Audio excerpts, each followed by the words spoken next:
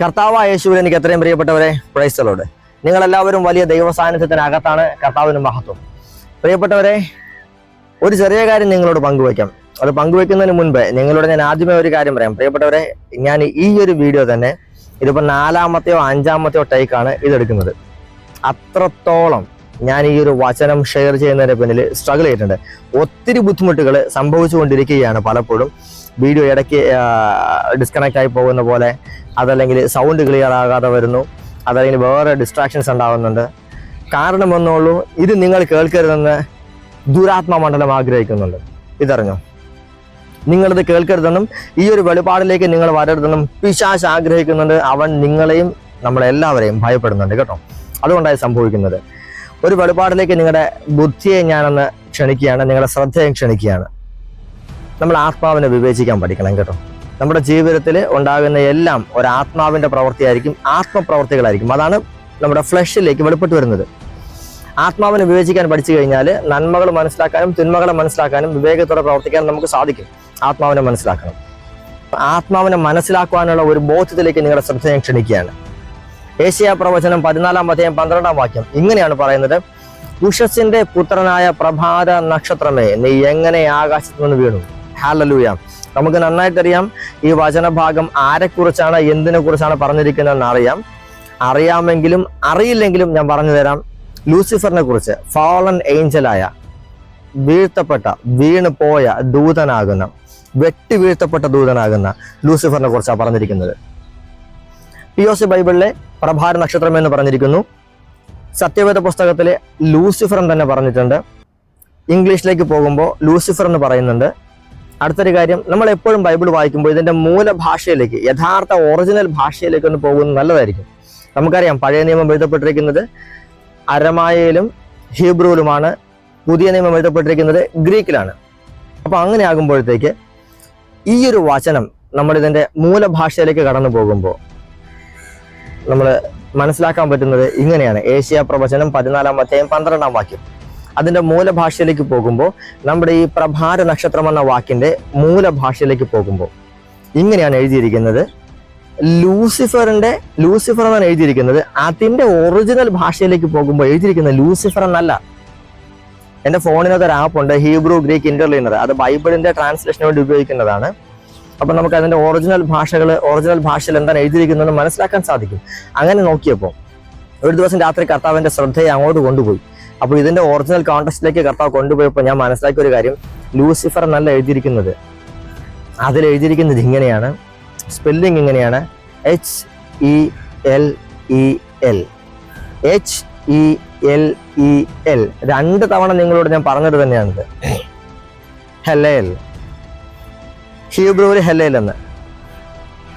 അരമായയിൽ പോകുമ്പോൾ ഹെലേൽ എന്നല്ല, HALAL, ഹലാൽ. എവിടേക്കോ എന്തൊക്കെ കണക്ട് ആയിട്ടുണ്ടെന്ന് തോന്നുന്നു അല്ലേ? അത് തന്നെയാണ്. നിങ്ങളിപ്പോൾ എന്താണ് ചിന്തിച്ചത്? അത് തന്നെയാണ് സത്യം. ഹലാൽ എന്ന വാക്ക് അറബിക്കല്ല. അറബിക്കിലേക്ക് വരുന്നതിന് മുന്നമേ തന്നെ ഇത് അരമായയിലുണ്ടായിരുന്നു. ഫാളൻ ഏഞ്ചലിനെ കുറിച്ച് പറഞ്ഞിട്ടുണ്ട്.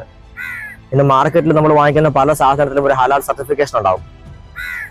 അതൊരു മതത്തെ കാണിക്കുന്നതല്ല പ്രിയപ്പെട്ടവരെ, അത് പിശാചിന്റെ അജണ്ടയാണത്.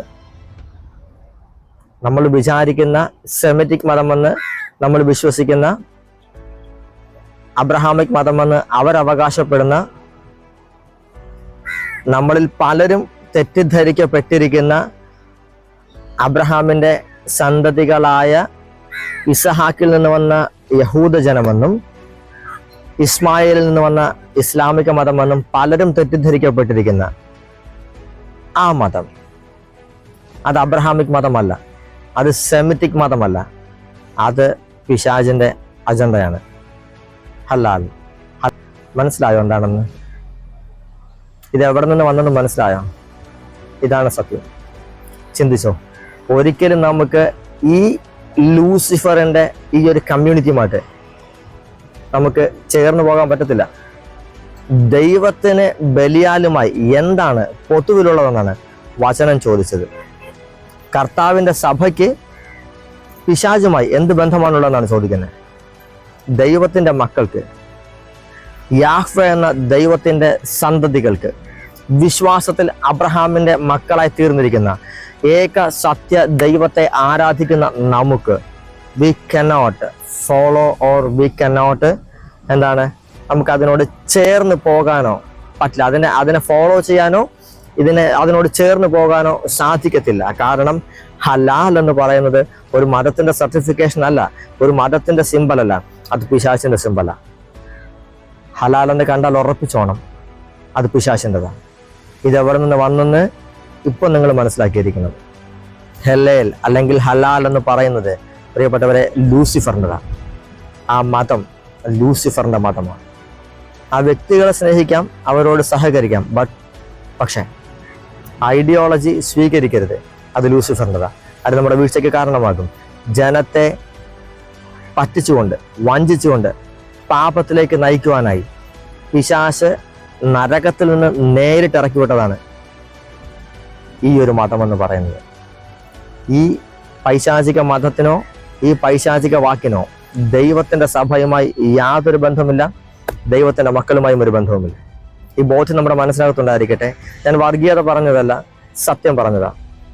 ആത്മാവിന്റെ കാര്യങ്ങൾ മനസ്സിലാക്കുവാൻ ആഗ്രഹിക്കുന്ന ദൈവമക്കളോട് ചില ദൈവിക സത്യങ്ങൾ തുറന്നു പറയുവാൻ ഞാൻ ആഗ്രഹിക്കുന്നു. അതാണിത്. ഈ ബോധ്യത്തിൽ നിങ്ങളായിരിക്കെ.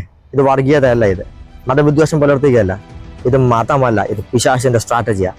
ആ സ്ട്രാറ്റജിയെ മനസ്സിലാക്കി ആ ആത്മാവിനെ വിവേചിച്ചുകൊണ്ട് അകലം പാലിച്ച് ജീവിക്കുക. കർത്താവിന്റെ കാര്യം നിങ്ങളോട് കൂടെ ഇരിക്കട്ടെ. പരിശുദ്ധാത്മാവ് നിങ്ങളെ വിവേകത്തോടെ ജീവിക്കുവാനുള്ള കൃപ നൽകി അനുഗ്രഹിക്കട്ടെ. യേശുവിന്റെ അധികാരമുള്ള നാമത്തിൽ ആമേൻ.